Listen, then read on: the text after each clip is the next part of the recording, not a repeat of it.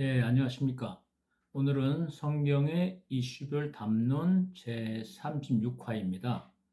오늘의 주제는 영적 전쟁 16회 젠더 이데올로기와 성혁명입니다. 젠더 이데올로기와 성혁명은 오늘날 영적 전쟁에서 가장 공격적이고 빠르게 확산되고 있는 전장 중 하나입니다. 단순한 사회적 이슈가 아니라 하나님의 창조 질서를 근본적으로 뒤집으려는 사탄의 직접적인 공격입니다. 젠더 이데올로기와 성혁명의 본질을 살펴보겠습니다. 젠더 이데올로기는 다음과 같이 주장합니다. 첫째, 생물학적 성은 사회적 구성물이며 젠더는 선택과 유동적이다.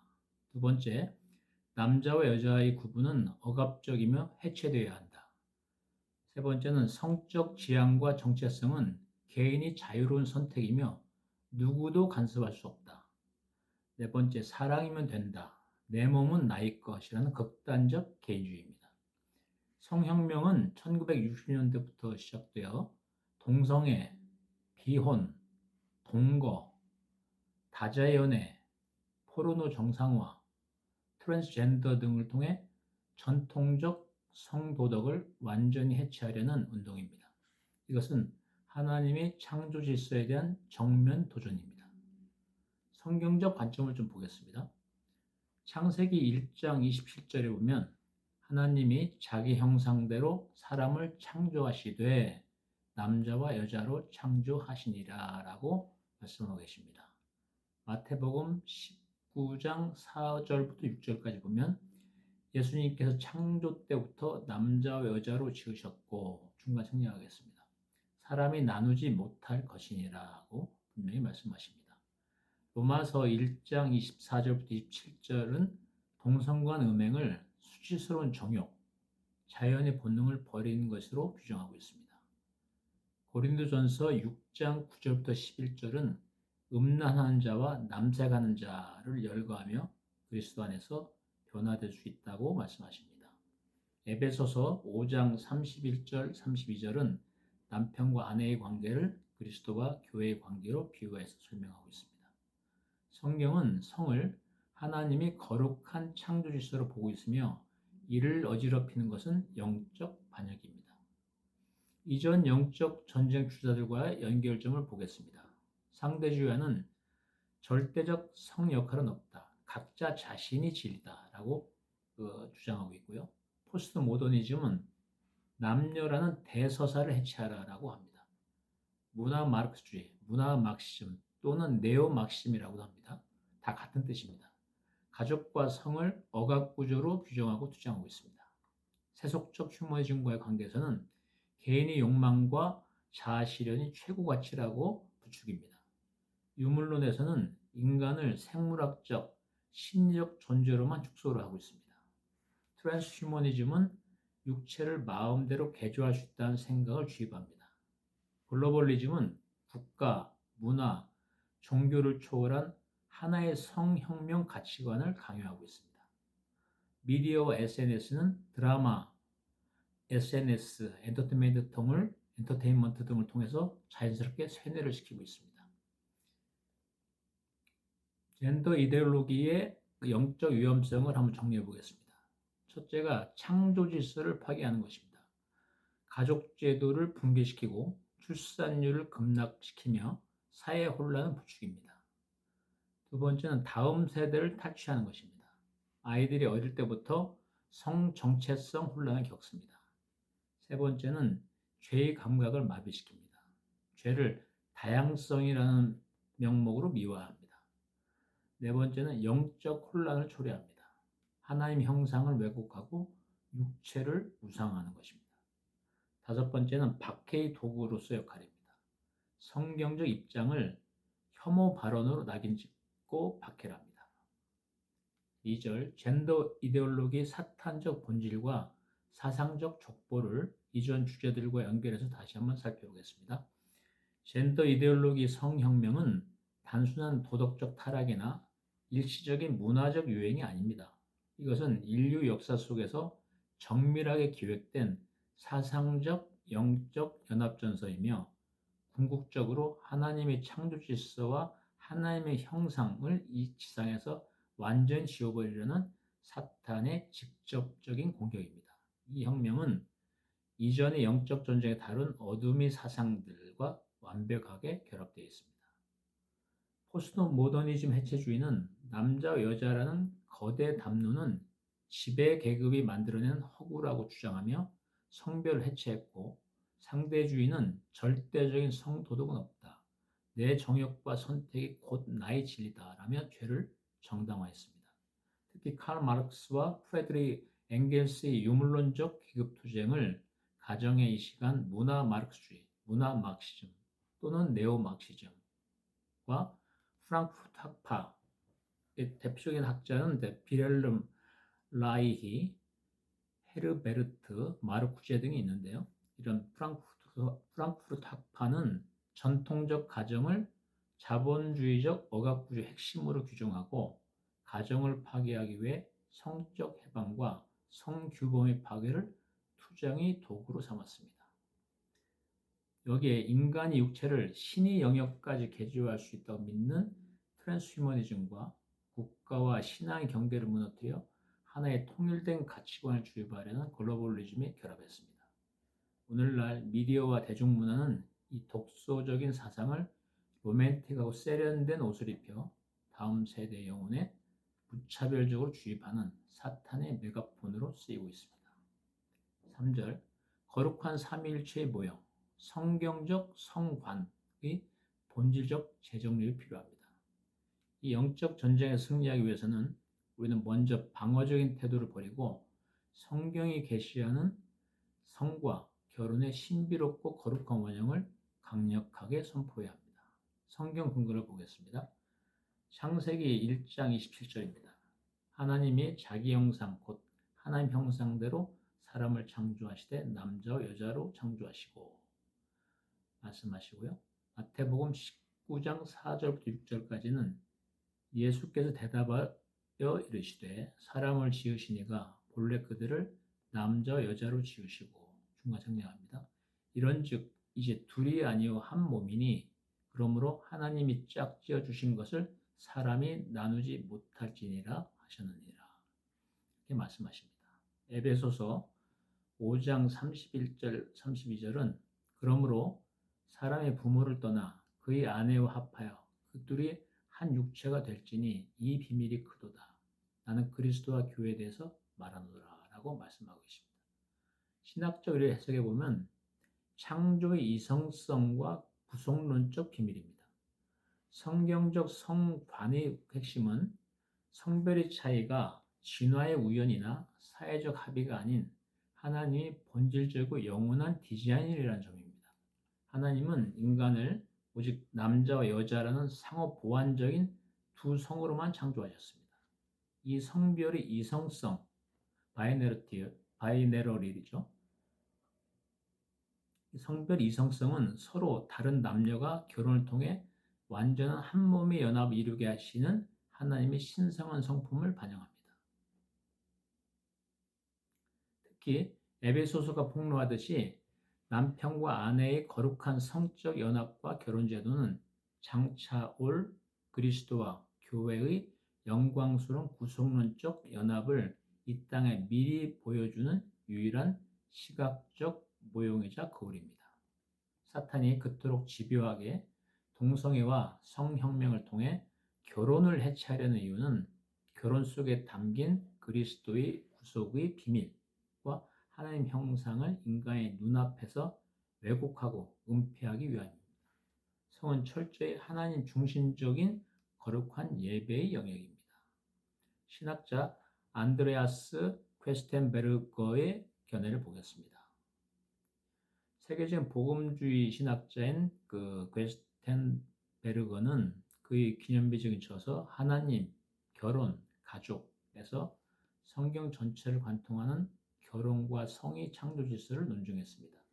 그는 성이 인간이 자아실현이나 쾌락을 위한 도구로 전락할 때 사회는 필연적으로 붕괴한다고 경고했습니다.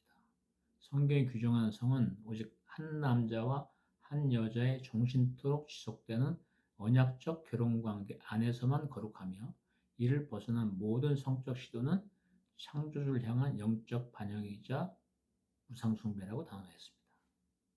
4절, 트랜스젠더리즘의 영적 의미를 보겠습니다. 창조주의 설계에 대한 전면 거부와 신성 모독적 측면을 살펴보겠습니다.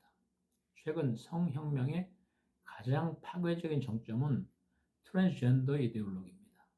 내 몸의 생물학적 성별과 내 정신의 성별이 불일치하므로 내 의지로 성을 선택하고 신체를 훼손하여 개조하겠다는 주장은 단순한 심리적 질환을 넘어 극단적인 영적 오만입니다. 성경 근거를 보겠습니다. 로마서 9장 20절입니다. 이 사람아, 내가 누구에게 감히 하나님께 반문하느냐? 지음을 받은 것이 자기를 지은 이에게 어찌 나를 이렇게 만들었느냐 말하겠느냐라고 말씀하십니다. 시편 139편 13하고 14절을 보면은 주께서 내 콩팥을 소유하였으며 내 어머니 태에서 나를 덮으셨나이다. 내가 주를 찬양하리니 내가 두렵고도 놀랍게 만들어졌나이다. 주께서 행하시는 일들이 놀라움으로 내 혼이 그것을 매우 잘 아나이다. 라고 말씀하십니다. 신학적으로 해석해 보겠습니다. 영지주의 부활과 토지 장애를 향한 반영이라고 볼 수 있습니다. 트랜스젠더리즘은 초기 기독교가 그토록 싸웠던 이단적 영지주의의 현대적 부활입니다. 영지주의는 물질과 육체는 악하거나 무가치하며 인간이 내면적 정신과 지식만이 선하다고 보았습니다. 내 육체의 성별은 잘못되었고 내 느낌이 진짜 나다라는 주장은 육체를 경시하고 인간의 주관적 감정을 신격화하는 영지주의적 발상입니다.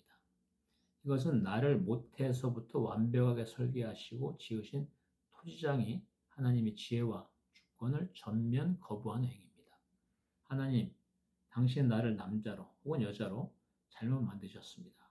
내가 내 몸을 고쳐 리모델링 하겠습니다. 라는 선언은 피조물이 창조주의 왕좌에 앉으려는 가장 노골적인 영적 찬탈이자 신성모독입니다. 5절, 한국 사회의 성혁명 현황과 차별금지법의 영적 실체를 살펴보겠습니다. 현재 대한민국은 서구 사회를 초토화한 성혁명의 거센 파도가 노도와 같이 밀려드는 영적 대격변의 한복판에 서 있습니다.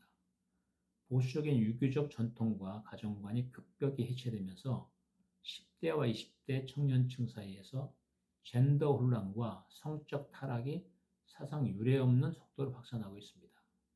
넷플릭스, 디즈니 플러스 등 글로벌 OTT 미디어는 동성애와 트랜스젠더를 미화하는 컨텐츠를 쏟아내며 대중의 문화적 방어선을 무력화했고 공교육 현장에서는 젠더 감수성, 성인지 가치관이라는 미명하에 아이들에게 성별 선택의 자유를 가르치는 변질된 성교육이 합법적으로 자행되고 있습니다. 기업들은 DEI, 소위 다양성, 형평성, 포용성 정책을 압박받으며 동성애 지지 옹호 마케팅을 강요당하는 형국입니다. 이 모든 공세의 법적 결정판이 바로 포괄적 차별금지법의 입법 시도입니다. 사탄이 이 법을 통과시키려는 궁극적인 목적은 사회적 약자의 보호가 절대 아닙니다. 이 법안의 영적 실체는 성경적 진리를 범죄로 규정하여 교회의 이익을 막는 영적 재갈입니다. 동성애와 젠더 사상이 죄악임을 강단에서 선포하거나 자녀에게 성경대로 가르칠 때 혐오 발언자로 낙인 찍어 법적, 경제적 징벌을 가함으로써 기독교 신앙을 공적 영역에서 완전히 축출하고 교회를 괴멸시키려는 사탄이 노리는 고도의 법적 박해 도구입니다. 6절, 포용의 가면을 쓴 교회 내부의 신학적 타협 사례를 알아보겠습니다. 사탄의 가장 무서운 전략은 교회 외부의 공격이 아니라 교회 내부의 신학을 변질시켜 스스로 무너지게 만드는 것입니다. 오늘 수많은 교회와 목회자들이 세속적 비난과 압박을 견디지 못하고 사랑과 포용, 인권이라는 기독교적 용어를 오용하여 성혁명과 타협하고 있습니다. 대표적인 타협 사례는 퀴어 신학, 퀴어 theology의 용인입니다. 이들은 하나님을 성별이 없으시며 예수 그리스도는 모든 소외된 자들의 친구이므로 동성애자나 트랜스젠더의 성적 정체성 자체를 하나님이 창조적 다양성으로 인정해야 한다고 주장합니다. 또한 복음주의 권역 내에서도 동성애적 성향 자체는 죄가 아니며 행위만 죄다라거나 교회는 문화적 이슈에 대해 침묵하고 오직 영혼 구원에만 집중해야 한다는 식의 비겁한 회피주의적 중립론이 팽배해 있습니다. 그러나 죄를 죄라고 부르지 않는 사랑은 성경이 말하는 사랑이 아니라 영혼을 지옥으로 방치하는 사탄적 방임에 불과합니다. 가늠한 여인에게 예수 그리스도께서 나도 너를 정죄하지 아니하노니라고 사랑을 베푸신 후 반드시 가서 다시는 죄를 범하지 말라 하시니라라고 하셨습니다. 요한복음 8장 11절에 나옵니다.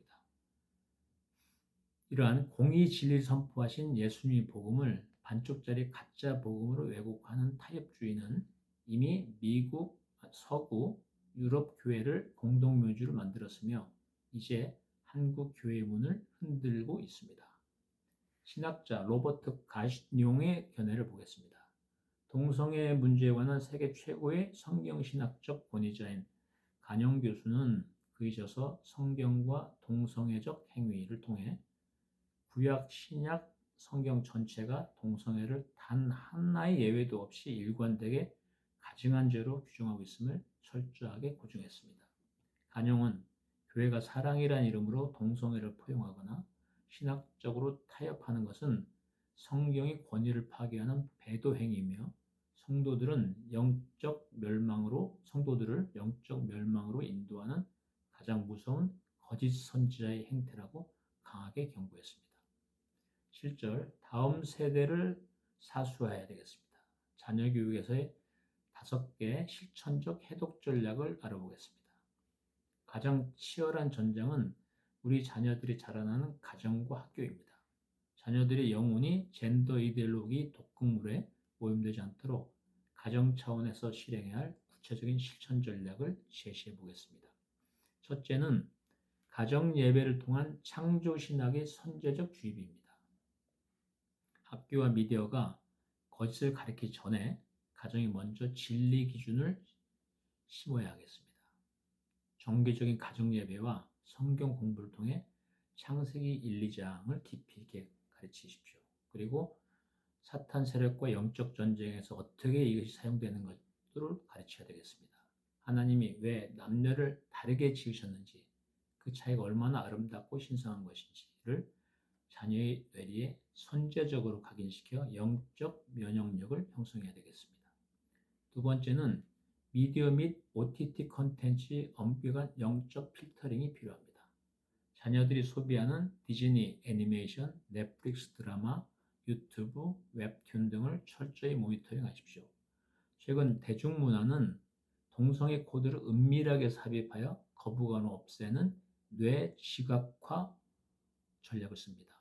자녀들과 함께 콘텐츠를 보며 이 비디오에 나오는 성관념이 왜 하나님 말씀과 충돌하는지를 스스로 분별할 수 있도록 비판적 기독교 세계관 심어주기 대화를 상시적으로 진행해야 되겠습니다. 세 번째는 학교 공교 교과서의 철저한 감시와 대안교육을 전개해야 되겠습니다. 자녀가 학교에서 받아오는 보건, 사회, 도덕 교과서를 부모님이 직접 검수를 해야 되겠습니다. 성적 자기결정권이라는 이름으로 음란을 조장하고 젠더를 주입하는 내용이 있다면 그것이 왜 거짓인지를 성경과 과학적 사실, 염색체의 불변성, 성전환수술의 부작용 및 의학적 한계 등을 근거로 명확히 교정해 줘야 합니다. 필요하다면 뜻을 같이 하는 거룩한 언약 사역 공동체대로 연대하여 대안적 교육 커리큘럼을 만들고 제공해야 되겠습니다. 네 번째는 거룩한 성의 가치와 성경적 정결 서약 교육이 필요하겠습니다. 성을 부끄럽고 숨겨야 할 음지의 것으로 두면 자녀들은 세상의 음란물로부터 성을 배웁니다. 성은 결혼이라는 안전하고 거룩한 울타리 안에서 생명을 낳고 사랑을 나누도록 하나님이 주신 최고의 축복임을 당당하게 가르쳐야 되겠습니다. 성소년기에 접어드는 자녀들에게 결혼 전까지 육체와 영혼의 정결을 지키겠다는 성경적 정결 서약을 가정과 교회 앞에서 엄숙히 거행하게 함으로써 영적 자부심을 심어줘야 되겠습니다. 다섯 번째는 죄는 미워하되 영혼은 구원하는 복음적 분별력을 훈련해야 되겠습니다.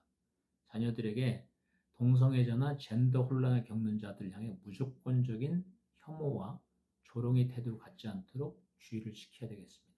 그들은 사탄의 미혹에 빠져 영혼과 육체가 파괴당하고 있는 불쌍한 영적 포로들입니다. 사탄이 악한 이데올로기 체제와는 필기까지 싸우되 그 사상에 포로된, 즉 사탄에 포로된 개인의 영혼을 향해서는 예수 그리스도의 십자가 복음만이 그들을 온전케 치유하고 변화시킬 수 있다는 다른 사람이 구원을 간절히 바라는 마음의 열정과 영적 긍휼함을 갖추도록 균형 있게 훈련을 해야 되겠습니다. 8절 젠더 이데올로기와 성혁명의 숨겨진 3대 영적 조작전선을 살펴보겠습니다. 첫째는 언어의 타락과 바벨탑적 개념 재정의입니다. 하나님의 명령권을 찬탈하는 것입니다. 성혁명 세력이 전개하는 가장 강력한 무기 중 하나는 언어 전술입니다. 이들은 기존의 거룩하고 객관적인 성경적 단어들의 개념을 해체하고 자신들의 이데올로기를 담은 새로운 용어를 강제합니다. 간음과 음행은 성적 자기결정권으로, 동성애는 사랑의 다양성으로, 낙태는 재생산 권리, 재생산 건강 권리로 미화합니다.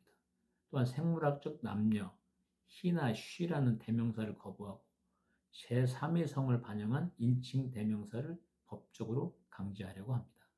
이는 인간이 사물의 본질을 마음대로 규정하겠다는 영적 오만이자 창조주 하나님의 명령권에 대한 정면 도전입니다. 성경을 보겠습니다. 창세기 2장 19절입니다. 하나님이 흙으로 각종 들짐승과 공중의 각종 새를 지으시고 아담이 무엇이라고 부르나 보시려고 그것들을 그에게로 이끌어 가시니 아담이 각 생물을 부르는 그 이름이 곧 그들의 이름이 되었더라 라고 기록하고 있습니다. 이사야 5장 20절입니다. 악을 선하다 하면 악을 선하다 하며 선을 악하다 하며 흑암으로 광명을 삼으며 광명으로 흑암을 삼으며 쓴 것으로 단 것을 삼으며 단 것으로 쓴 것을 삼는 그들은 화 있을진저라고 말씀하고 있습니다. 신학적으로 해석해 보면 언어의 창조적 질서 파괴와 영적 미혹입니다. 하나님은 말씀, 언어로 천지를 창조하셨고 인간에게 만물의 이름을 지을 수 있는 권한을, 즉 명령권 권한을 위임하셨습니다. 창세기 2장 19절입니다. 이름을 짓는 명령권 위임은 사물의 본질과 하나님이 창조 목적을 바르게 선언하는 거룩한 행위입니다. 그러나 바벨탑에서 언어를 혼잡하게 하여 인류를 분열시켰듯이 사탄은 현대 성혁명을 통해 언어의 본질을 왜곡하고 있습니다.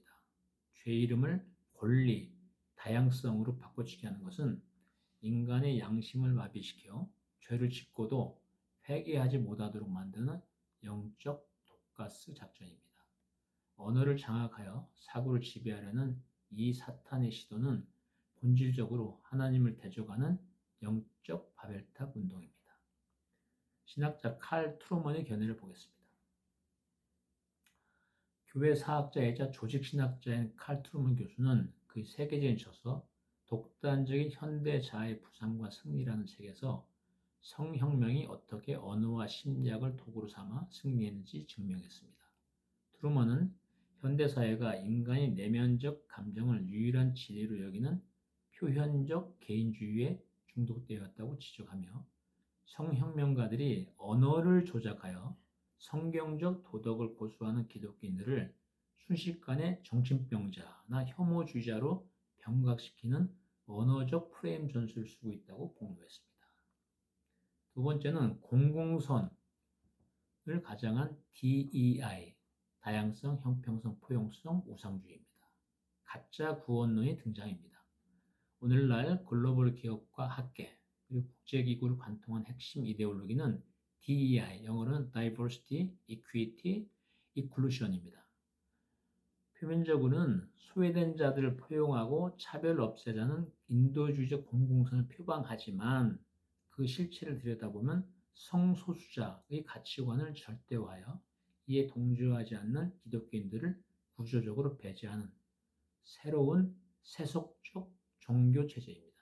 이는 예수 그리스도의 보혈을 통한 영혼의 거듭남 없이 오직 사회 구조적 포용과 인간의 윤리적 기획을 통해 지상낙원을 건설할 수 있다는 가짜 구원론입니다. 성경을 보겠습니다. 갈라디아서 3장 28절입니다.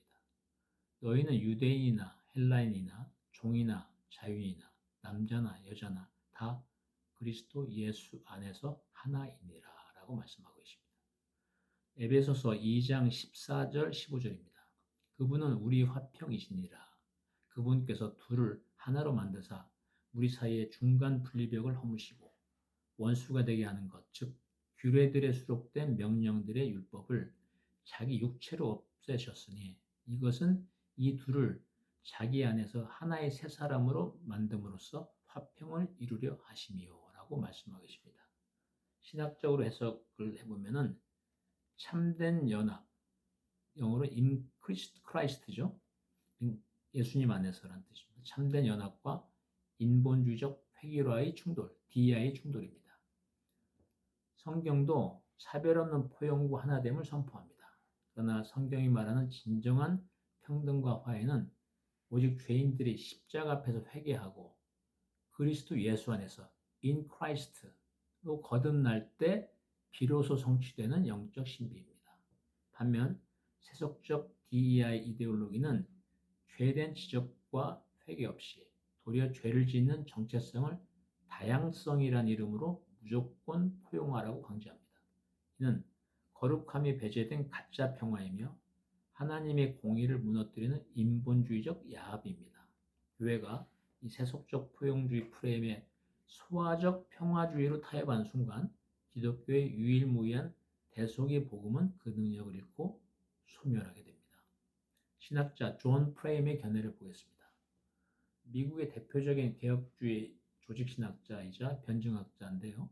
그는 그에 져서 기독교 세계관에서 현대사회의 다문화주의와 포용주의가 어떻게 우상숭배로 귀결되었는지 논증했습니다. 프레임은 세속사회가 하나님을 거부한 자리에 문화적 다양성 그 자체를 절대적 신, 가스로 등극시켰다고 비판했습니다. 진리가 거세된 포용성은 결국 성경적 절대 진리를 용납하지 않는 독재적 편협함으로 돌변하게 된다고 선포하고 교회가 DEI라는 현대판 바알 신상 앞에 절하지 말아야 함을 경고했습니다. 세 번째는 아동 성의료화와 신체 훼손입니다. 성령의 전을 파괴하는 악마적 생체 실험입니다. 성혁명의 가장 잔인한 극단은 사춘기 아동과 청소년들을 대상으로 행해지는 사춘기 차단제 투여 및 성확정 수술입니다. 아직 정신적, 신체적으로 미성숙한 아이들에게 성적 불쾌감 이유로 호르몬을 주입해 성장을 강제 마비시키고 건강한 생식기관을 도려내어 평생 돌이킬 수 없는 신체적 불임과 장애를 유발한 행위가 의학의 이름으로 정당화되고 있습니다.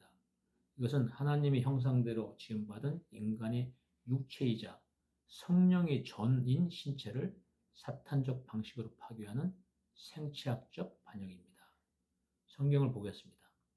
고린도전서 6장 19절 20절입니다. 너희 몸은 너희가 하나님께로부터 받은 바 너희 가운데 계신 성령의 전 템플인 줄을 알지 못하느냐. 너희는 너희 자신의 것이 아니라 값으로 산 것이 되었으니 그런즉 너희 몸으로 하나님께 영광을 돌리라 라고 말씀하고 있습니다. 신명기 23장 1절에는 고안이 상한 자나 음경이 잘린 자는 여호와의 총에 들어오지 못하리라 라고 기록되어 있습니다. 신학적으로 해석해보면 영육 이원론의 종말과 신체적 청지적 위반입니다. 기독교 신학은 영혼뿐만 아니라 육체 또한 하나님이 아름답게 창조하셨으며 장차 신령한 몸으로 부활할 거룩한 구원의 대상으로 봅니다. 따라서 인간은 자신의 몸을 마음대로 파괴할 권리가 없는 신체적 청지기입니다. 스튜어드죠. 그러나 아동 성의료화 사상은 육체를 한낱 인간의 정신적 정욕에 따라 씻고 고칠 수 있는 고깃덩어리로 취급하는 극단적 유물론과 영지주의 산물입니다. 사춘기 아이들의 영혼을 미혹하여 그 몸에 칼을 대고 평생 약물에 의존하는 불구로 만드는 것은 다음 세대의 영적, 육적 씨를 말리려는 사탄의 영아 학살 작전과 그 괴를 같이 하는 악마적인 범죄입니다. 신학자 앨버트 몰러의 견해를 보겠습니다. 남침례 신학교 총장이자 저명한 복음주 신학자인데요. 몰러 박사는 그 수많은 컬럼과 문화평을 통해 아동 성전환 의료 행위를 현대의학의 가장 어두운 타락이자 아동학대라고 규정했습니다. 몰러 박사는 인간의 몸을 변개하라는 트랜스젠더 의료 행위는 창조주를 향해 당신이 내 몸을 잘못 디자인했다고 소리치는 피조물의 광기 어린 반란이라고 비판했습니다. 그는 교회가 이 잔인한 신체 파괴 행위로부터 어린아이들을 보호하기 위해 신학적, 법적, 의학적 방어선을 구축하고 총력전을 펼쳐야 한다고 강조했습니다. 9절, 현대사회 특히 한국에서의 모습과 그리스도인의 대응을 보겠습니다. 먼저 현대사회 특히 한국에서의 젠더 이데올로기와 성혁명의 모습을 정리해 보겠습니다. 법적 변화입니다. 동성결혼 합법화를 추진하고 있고요. 젠더 교육을 의무화하고 차별금지법을 시도하려고 하고 있습니다. 교육계에서는 초, 중, 고등학교에서 성다양성 교육, 젠더 감수성을 주입하고 있습니다. 미디어와 OTT에서는 드라마, 유튜브에서 동성애, 트랜스젠더를 로맨틱하고 긍정적으로 묘사하고 있습니다. 기업과 문화에서는 송수자 기념달, 프라이드 먼스라고 이름 붙이고 있고요. DEI 정책을 강제하고 있습니다. 한국 사회에서는 보수적 유교 문화가 빠르게 무너지면서 특히 10대, 20대에서 젠더 혼란이 급증하고 있습니다. 교회 내부에서는 포용이라는 이름으로 성경적 입장을 약화시키는 타협을 추진하고 있습니다. 그리스도인들의 대응을 정리해서 보겠습니다. 첫째는 창조 질서를 분명히 선포해야 되겠습니다. 부끄러워하거나 타협하지 말고 사랑과 진리를 겸비하여 분명히 선포해야 되겠습니다. 두 번째는 자녀를 철저히 지켜야 됩니다. 학교 교육, 미디어, 친구 관계에서 젠더 이데올로기를 분별하고 가르쳐야 되겠습니다. 진정한 사랑을 보여야 되겠습니다. 동성애자, 젠더 혼란을 겪는 사람들을 미워하지 말고 그리스도의 사랑으로 대하되 진리는 절대 굽히지 않아야 되겠습니다. 중보 기도를 네 번째로 강화해야 되겠습니다. 이 강력한 영적 미혹의 영이죠. 사탄의 영이죠. 를 향해 그것이 퍼지지 않도록 극복할 수 있도록 중보 기도를 강화해야 되겠습니다. 다섯 번째는 교회와 가정을 성경적으로 세워야 되겠습니다. 건강한 남녀 역할, 가정, 결혼을 살려내는 것이 가장 강력한 증언이 되고 대책이 되겠습니다. 한번 결론을 지어보겠습니다. 젠더 이데올로기 전쟁은 단순히 도덕적인 싸움이 아니라 하나님께서 천지창조 때 정하신 거룩한 경계를 허물어 인류를 파멸시키려는 사탄의 마지막 발악입니다. 경계가 무너지면 가정이 무너지고 가정이 무너지면 교회와 사회의 모든 영적 기반이 와야 됩니다. 즉, 이 영적 전쟁은 하나님께 정하신 창조의 경계를 허무는 싸움입니다. 우리는 이 세상의 거대한 압박과 문화적 조롱 앞에서도 하나님이 지으신 것을 사람이 나누지 못할 것이니라 하신 예수 그리스도의 엄유하신 말씀을 단단히 붙잡고 진리의 성벽을 사수해야 되겠습니다. 글로벌리즘 세력에 대항하는 글로벌 전자무역 등 절대 진리 수호 플랫폼 구축 운영이 거대한 글로벌 플랫폼들이 지경 위에서, 영역 위에서 세속의 성혁명 세력이 감히 범접하지 못하는 거룩한 방파제가 수축되기를 기원합니다. 가문과 기업, 그리고 이 땅의 다음 세대들을 음란과 미혹의 영으로부터 완벽하게 지켜내시며 오직 하나님이 창조 질서의 영광만을 온 천하에 찬란히 증거하는 시대의 영적 최고 사령관으로 영원히 승리하시기를 주님 이름으로 축원합니다. 사탄은 개념이 재정의를 통해 우리 언어를 오염시키고 DI 이데올로기를 통해 사회적 구조를 장악하며 성의료화를 통해 다음 세대 육체를 파괴하는 삼중망을 가동하고 있습니다. 이 영적 전쟁은 단순한 문화 전쟁이 아닌 인류를 향한 하나님의 거룩한 통치 설계를 송두리째 해체하려는 영적 전면전입니다. 상기, 글로벌 전자무역 등 절대질서 수호 플랫폼의 강력한 글로벌 경제 문화적 영역 안에서 이 세속적 언어 전술과 DEI라는 허울 좋은 우상 숭배의 프레임을 완벽히 간파하고 파쇄하기를 기원합니다. 세상의 그 어떤 타락한 법과 제도 앞에서도 타협하지 않는 순전한 기업주의 신앙이 야성으로 가문과 기업, 그리고 이 땅의 어린 영혼들의 육체와 정신을 사탄의 도륙으로부터 온전히 사수하시는 위대한 진리 수호자 영적 사령관이 모든 성도들이 되시기를 주님 이름으로 기도드립니다. 다음은 성경의 이슈별 담론 제37화 영적 전쟁 17회 종교 혼합주의에서 뵙겠습니다. 아멘.